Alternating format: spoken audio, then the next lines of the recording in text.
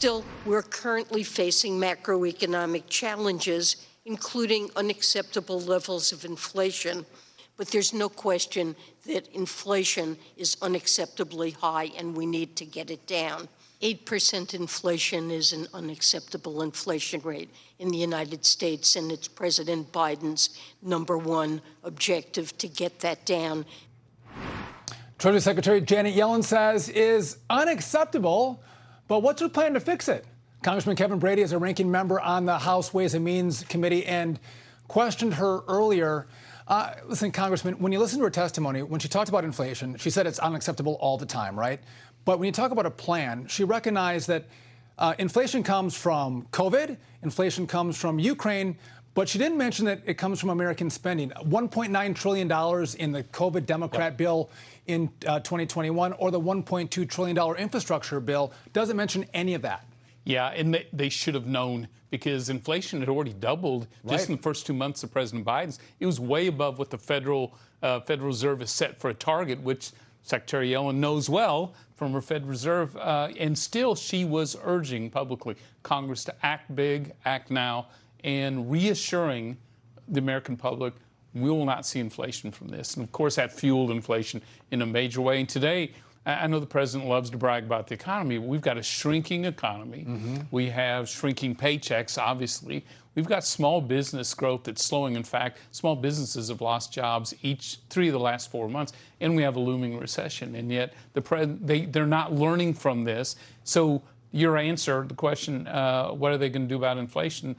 So they're staying the course. More federal spending, higher taxes that would drive inflation even higher on people, and then this new global minimum tax that frankly surrenders our tax base and our tax code to foreign governments. And you're a House guy, right? You're not a Senate guy, but any word whether Joe Manchin's going to continue to push back against Build Back Better, even the shrunk version, $3.5 trillion in new taxes, massive new spending, which to your point is going to only fuel more inflation? So I sure hope so between he and Senator Sinema, because even a trimmed down Build Back Better is $1.5 trillion of tax hikes, on Main Street businesses and our U.S. investors in a big way. And then the spending's going to fuel inflation. So, I think I worry that the Senate's going to find a way to do even more damage to the economy at a time, as you pointed out, most Americans have absolutely lost faith.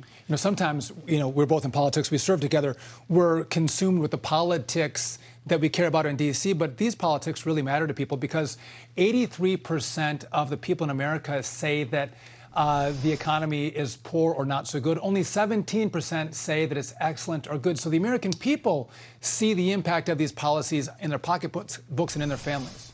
There's no question. I think if you encapsulate the Biden presidency, he bungled this economy. He came in with every advantage in the world, bungled this economy, missed the economic standards 4 out of the 5 quarters he's been president. And Americans are paying a very steep price for that incompetence on the economy. And now I worry they're going to make it worse. As we've gotten the news today about the gunman going over to Brett Kavanaugh's house, you pointed as you came on before the show, still this segment started, that we're coming up on the 5-year anniversary of the congressional baseball practice shooting, big part of the baseball team. What's your reflection? What lessons learned after 5 years? Yeah, you would think we would have addressed this 5 years ago, this extreme language that emboldens this type of violence. And we've seen, since the leak of the Supreme Court document, we've seen vandalism and arson on pro-life organizations and churches, including in Houston, now intimidation of Supreme Court justices. So language matters, and I'm just frustrated the president refuses to condemn this type of intimidation and potential violence that is threatening one of the biggest institutions in America, our Supreme Court. Yeah, no doubt. And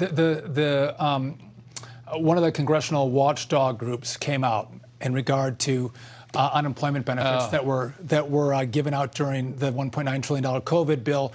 There's going to be billions of dollars of fraud and abuse that are in that program. Any oversight that Congress can do to get that money back, or was this just a flat-out drafting error, or was this just Democrats' wish to cannonball cash out into the economy? What's the problem around how you have this much fraud? Yeah, the bottom line is this is the greatest theft of American tax dollars in history, and Democrats don't care. And the president, now he doesn't care, didn't act to stop it. But he basically told states, we forgive you. You don't even have to pursue what could be $400 billion of fraud, which is bigger, more than we spend on the Army and the Navy combined each year. And so they just don't seem to care. And it was so simple to solve, which was Republicans had a simple amendment that said, before you pay those benefits out, verify their identity and their wages. That's it. That would have stopped so much of this fraud. That was a Republican amendment? Yeah, and they voted it down. They voted it down. Repeatedly. So, yeah, and right now what GAO basically said is, we don't know. We have no idea how much has been stolen. There's no efforts to get it back. So today, Republicans in the Ways and Means Committee introduced legislation that really incentivizes states to go back and recover those fraudulent dollars and keep some of it, by the way. We're incentivizing them to do it, but put in place the protections against further fraud, because this isn't stopping. That program may be over, but that approach, including from criminal gangs and overseas gangs, continues. Just stealing from the taxpayer. You know what concerns me? When I ran in 2010 to join you in the Congress, you were already there.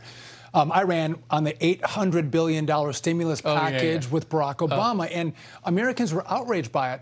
Well, now you have, I mean, again, $1.9 trillion COVID, $1.2 trillion infrastructure, which only a small part of it goes to infrastructure. Massive numbers of dollars coming out of the federal government, and it seems like Americans have just become really kind of content with these massive spending bills and this massive debt that we have. Yeah, I worry the numbers are so big, people can't relate to it. That's but right. These are, it's unprecedented.